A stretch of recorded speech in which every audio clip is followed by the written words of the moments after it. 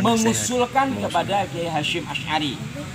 Kiai Hasyim Asy'ari pada saat itu sudah menjadi tokoh top, menjadi ulama panutan. Walaupun saat itu beliau juga belum terlalu sepuh. Matur sama Mbah Hasyim Asy'ari bahwa sekarang umat Islam berpecah gara-gara ada paham baru yang tidak sesuai dengan ajaran Islam yang dikembangkan oleh Wali Songo. Bagaimana ini Kiai? Kita perlu membentuk sebuah perkumpulan agar kita kuat, agar faham itu tidak bisa menggerogoti faham yang telah diajarkan oleh Wali Songo. Itu 1924 ya. Mbah Hasyim pada saat itu tidak segera mengiyakan, menerima usulan tapi tidak langsung mengiyakan. Itu orang dulu seperti itu. Jadi kiai zaman dulu nggak gitu. Jadi Mbah Hasyim pada saat itu menerima usulan dari dari Kiai Wahab, tetapi tidak segera melaksanakan.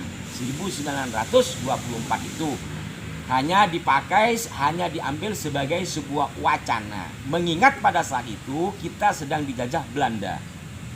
Itu 1924 Kiai Wahab matur sama Mbah Hasyim untuk mendirikan sebuah organisasi guna memperkuat Ahlus Sunnah wal Jamaah atau Islam tradisional pada saat itu.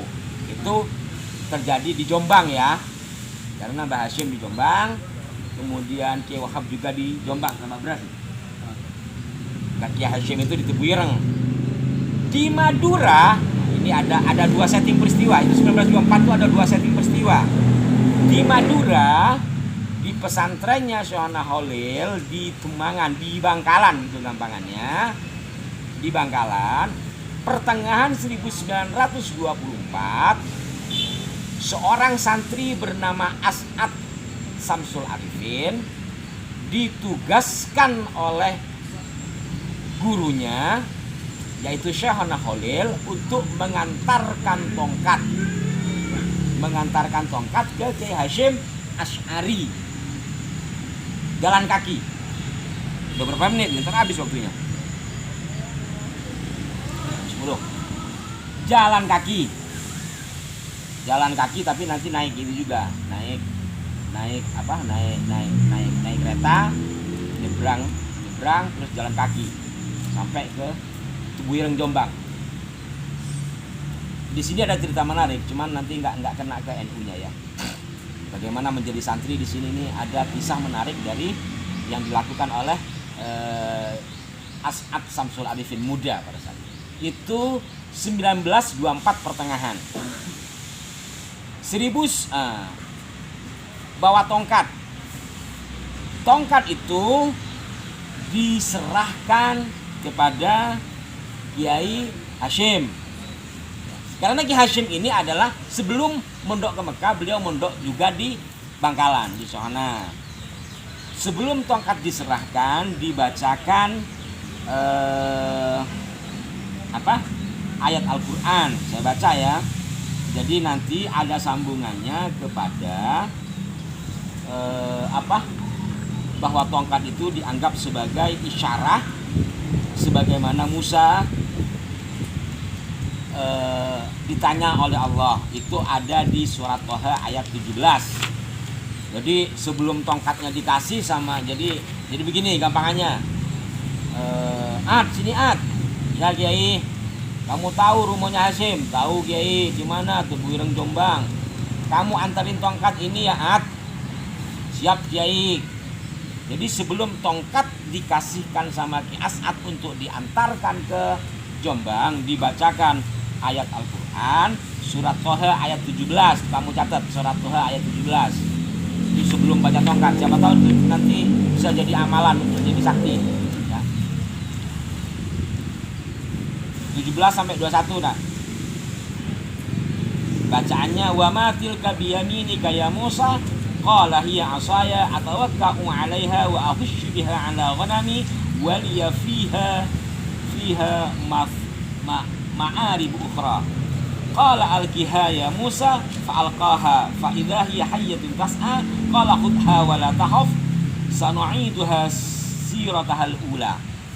Inti dari ayat ini, Nabi Musa ditanyai sama Allah, "Hai Musa, apa yang di tanganmu? Apa yang di tanganmu itu?" Qala hiya asaya. Ini tongkatku. Untuk apa? Untuk jatuhin pohon dalam saya mengembala kambing. Itulah gampangannya. Kamu letakkan, kamu lemparlah tongkat itu. Jangan takut. Yang nanti kisah ini di mana tongkat itu bisa menjadi ular. Ayat ini dibacakan oleh Syahna Khalil untuk menyerahkan tongkat kepada Ki As'ad, di mana tongkat ini nanti diantarkan ke Jombang dari Bangkalan Madura. Jauh. Zaman dulu kan masih naik kereta kisahnya, tapi nyebrangnya itu tidak dijelaskan. Pada saat itu sudah ada kapal atau perahu, saya nggak tahu. 1924 ya. Kemudian kalau menurut cerita Ki As'ad sendiri, lepas dari laut itu beliau jalan kaki lewat Ampel sampai nanti ke Jombang, dan beliau berpuasa. Puasa tidak hanya puasa makan dan minum, tetapi juga puasa bicara. Puasa bicara. Jadi sepanjang jalan beliau disapa, menyapa tidak. Bahkan di Ampel itu katanya diledek-ledekin sama Arab-Arab Ampel, beliau diam. Karena amanat dari seorang guru benar-benar dijaga. Itu 1924 ya. Sehingga beliau berpuasa tidak hanya makan tidak minum, tetapi juga puasa bicara. Nah ini nanti sebagai iktibar kalau Mas Arief atau guru-gurunya nyuruhnya seperti itu. Amanat itu harus dipegang.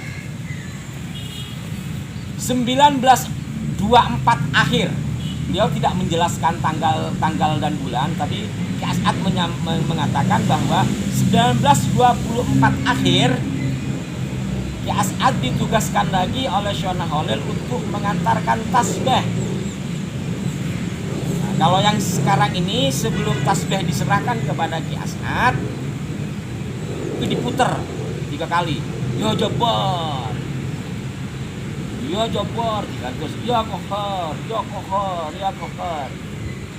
Diantarkanlah tongkat itu, tasbih itu ke Ki Hasyim di Jombang. Ya.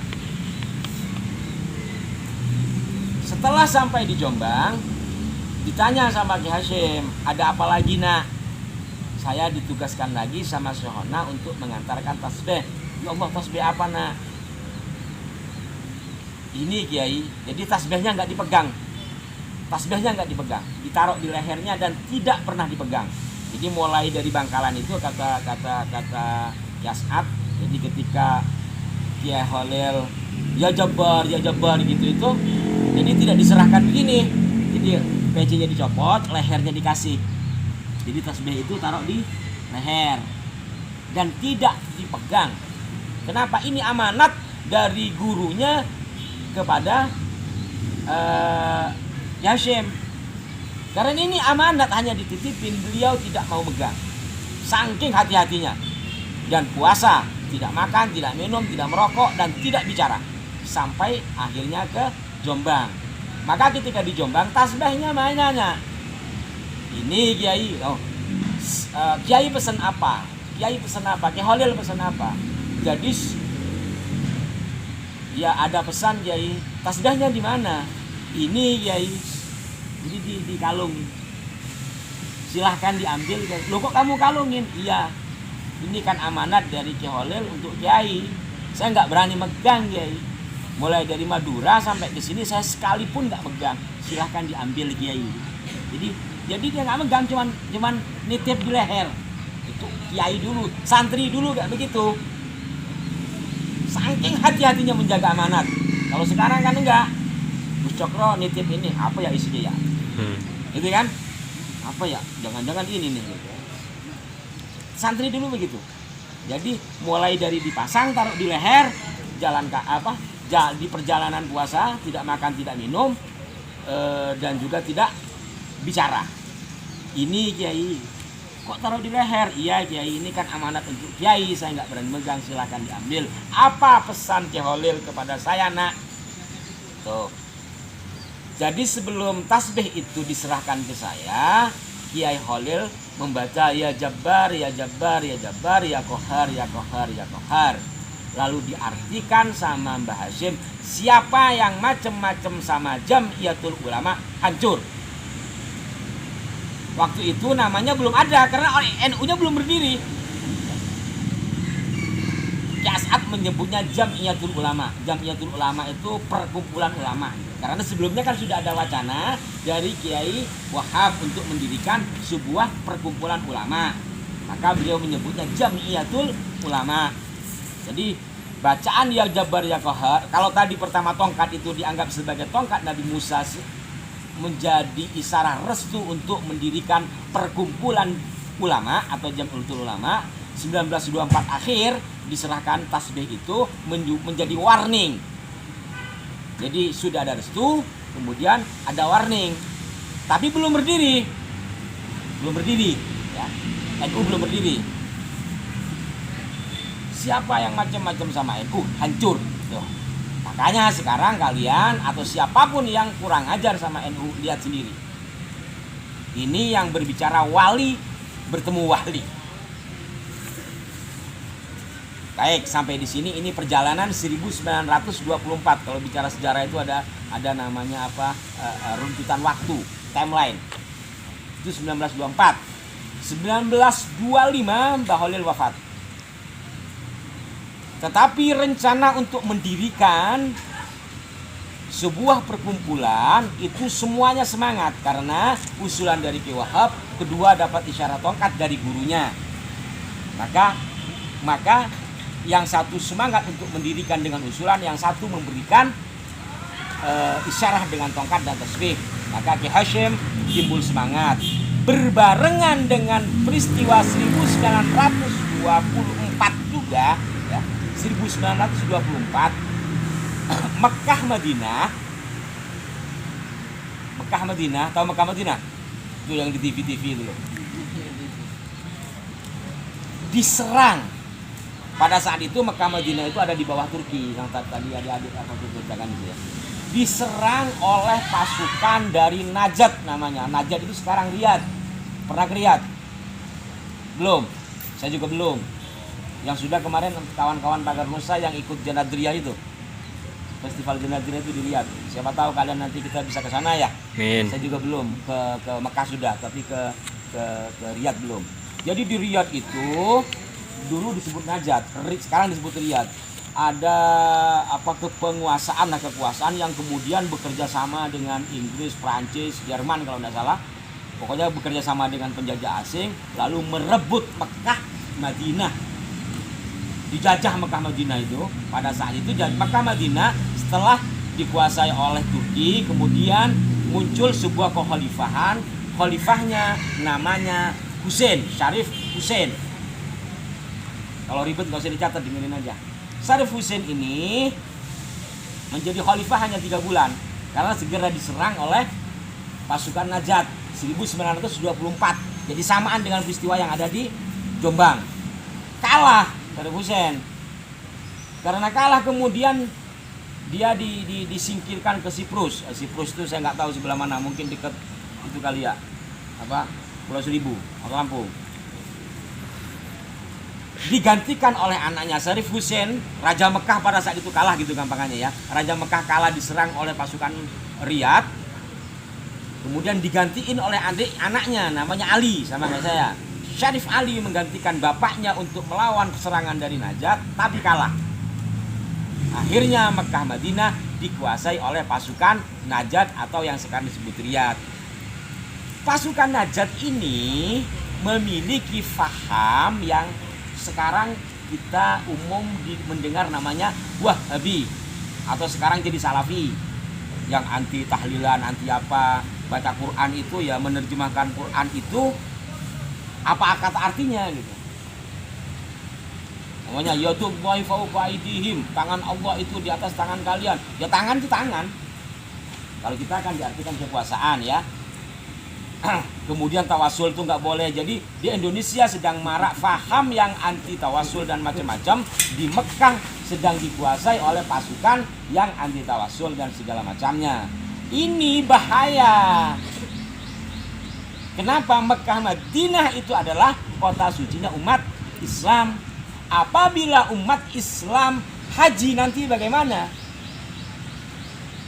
Boleh nggak haji dengan paham yang begini? Sementara mereka sangat anti. Itu satu. Kedua, situs-situs yang ada di Mekah, rumah Nabi dirubuhin sampai sekarang. Makam sahabat diratain oleh pasukan Najd ini. Sampai nanti makam sampai nanti itu berencana mau membongkar cungkup makam Nabi. Nanti kita bareng-bareng ke Madinah mudah-mudahan. Di Madinah itu ada Masjid Nabawi namanya. Kata saya sebelah kiri pojok gitu, pojok gede kan. Itu ada makam Nabi. Makam Nabi itu dulu adalah rumahnya. Di atas makam itu sini masjid ya. Di atas makam itu ada kubah berwarna hijau. Kalau kalian lihat kayak Majelis Rasulullah, itu kubah makam Nabi. Disebut kubbatul khudra. Kubah hijau gitu aja ya. Kubah hijau itu mau dirubuhkan sama pasukan Najd. Kenapa mau dirubuhkan? Karena itu dianggap salah. Kenapa dianggap salah? Sebab yang namanya kuburan menurut pemahaman mereka itu harus serata dengan tanah. Gak boleh ada gundukan, apalagi itu dibangun. Dan itu menjadi sarang bid'ah. Itulah. Sehingga itu mau dirubuhkan. Semakin semangat ulama Indonesia untuk Ki Wahab, Ki Hasyim, untuk mendirikan perkumpulan ulama atau yang tadi disebut Jam'iyatul Ulama. Maka ini panjang sebenarnya ceritanya ya, saya potong.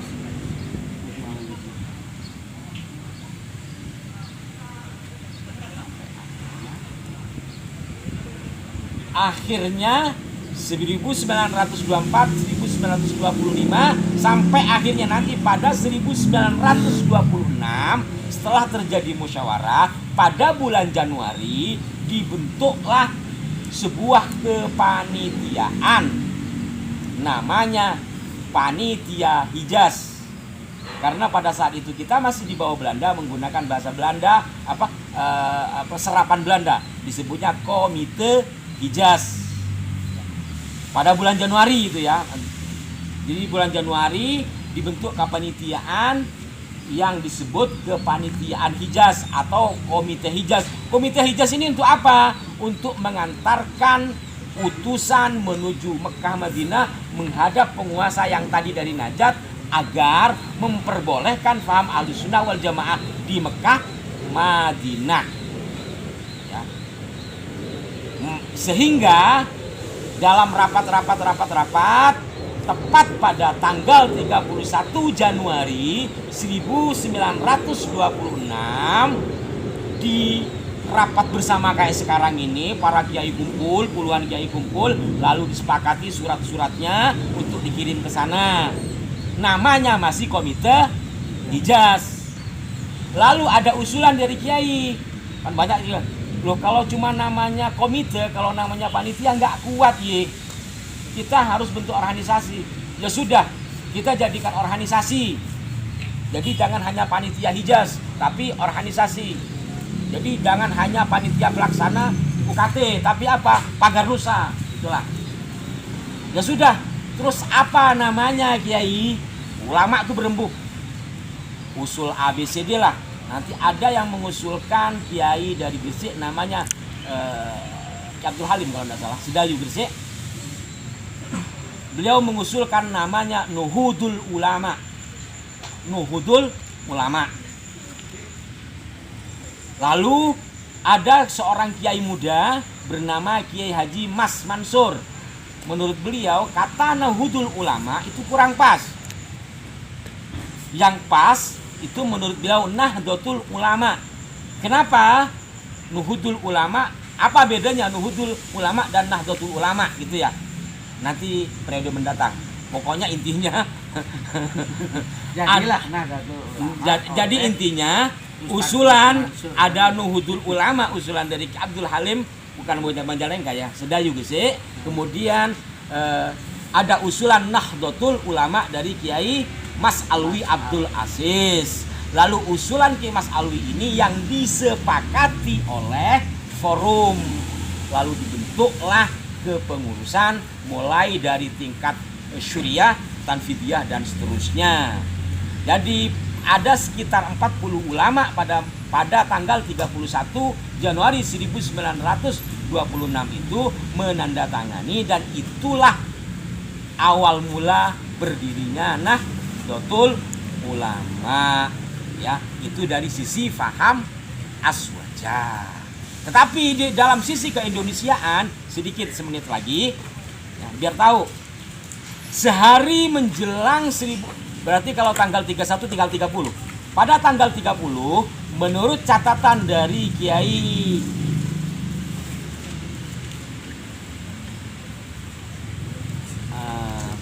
Saifuddin Zuhri. Tahu Kiai Saifuddin Zuhri? Kiai Saifuddin Zuhri itu anaknya Kiai Zuhri. Kiai Zuhri itu punya pesantren Ketileng di Semarang, yang dulu kita pelatihan di sana. Pak Garnosa pernah latihan di sana. Punya putra namanya Kiai Saifuddin Zuhri. Kiai Saifuddin Zuhri punya putra Lukman Hakim Saifuddin. Dalam bukunya Kiai Saifuddin Zuhri, hasil wawancara dari Kiai Haji Abdul Halim Lui Munding. Jadi Abdul Halim itu nanti ada Lui Munding, Majalengka tapi tinggal di Surabaya.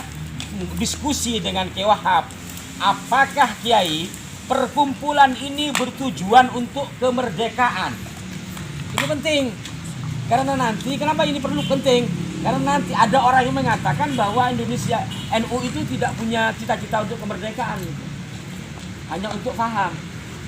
Jadi sehari sebelum pengesahan NU 1926 tanggal 30-nya itu terjadi perbincangan antara Kiai Abdul Halim dengan Kiai Wahab mengenai cita-cita didirikannya Jam'iyatul Ulama. Jam'iyah ini, perkumpulan ini apakah bertujuan untuk kemerdekaan Kiai? Iya. Kalau kita tidak merdeka, kita tidak bisa memperjuangkan nasib bangsa kita. Maka bangsa kita harus merdeka. Jadi setidaknya ada 2 ya, 3 sudah. Yang pertama, faham yang di sini dibendung, faham baru tadi yang anti-anti itu dibendung dengan berdirinya Nahdlatul Ulama. Kedua, Nahdlatul Ulama itu memiliki motivasi untuk kebangsaan yang kelak untuk kemerdekaan. Ketiga, yang tadi itu utusan dari Nahdlatul Ulama akhirnya 1928 sampai ke Mekah. Apa tujuannya? Agar umat Islam Ahlus Sunnah wal Jamaah tidak diganggu ketika melaksanakan ibadah haji di Mekah Madinah. Berikut juga usulan agar situs-situs Islam di sana, terutama makam Rasulullah, jangan sampai dibongkar. Kalau sampai dibongkar, Pak Garnosa turun. Waktu itu belum ada Pak Garnosa. Ya, intinya itu. Jadi NU berdiri, 1 untuk membentengi Ahli Sunnah wal Jamaah, 2 untuk kemerdekaan Indonesia, 3 untuk keamanan umat Islam di seluruh dunia dengan mengamankan Mekah Madinah. Jadi pada 1926 ulama NU tidak hanya memikirkan bangsanya, tidak hanya memikirkan santrinya, tetapi juga memikirkan dunia, bil khusus Mekah Madinah. Ya, mudah-mudahan paham nggak paham yang penting didengerin, nanti akan mengendap di hati. Ini penting ya. Itu saja karena waktu. Mudah-mudahan dicatat oleh Allah sebagai amal. Mudah-mudahan didengar sama para pendiri NU, Mbah Hasyim dan mbah-mbah yang lain. Kita semua ditakdirkan kelak hidup berjuang untuk NU, mati pun nanti bersama ulama-ulama NU. Wallahul muwaffiq ila aqwamit thoriq. Wassalamualaikum warahmatullahi wabarakatuh.